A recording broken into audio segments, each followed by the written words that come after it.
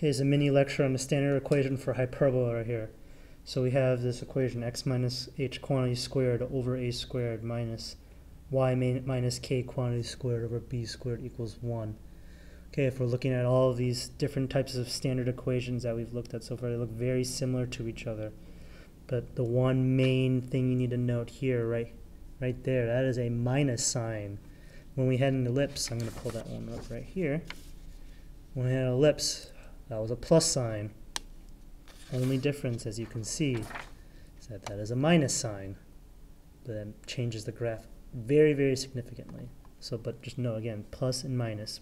That's what we're looking for. But a lot of similar things to the other problems. The center here is h and k. In this case, the vertices is going to be h plus or minus a k.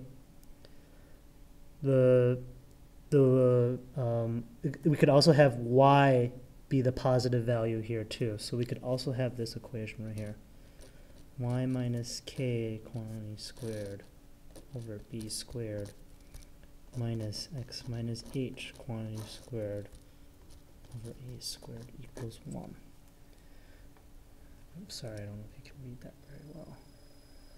So again, all I did was I just swapped the two. That's all I did. Just swap the two. So as you can see here, the only thing that changes is the y values is positive and the x value is negative. For the first equation right here, so let's call this equation 1, we'll call this equation 2. So again, my vertices here will be h plus or minus a k. For equation 2, it'll be h and k plus or minus b.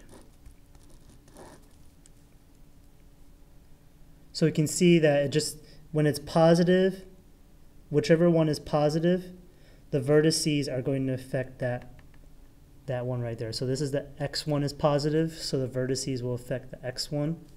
This one, the y is positive, so the vertices will affect the y's.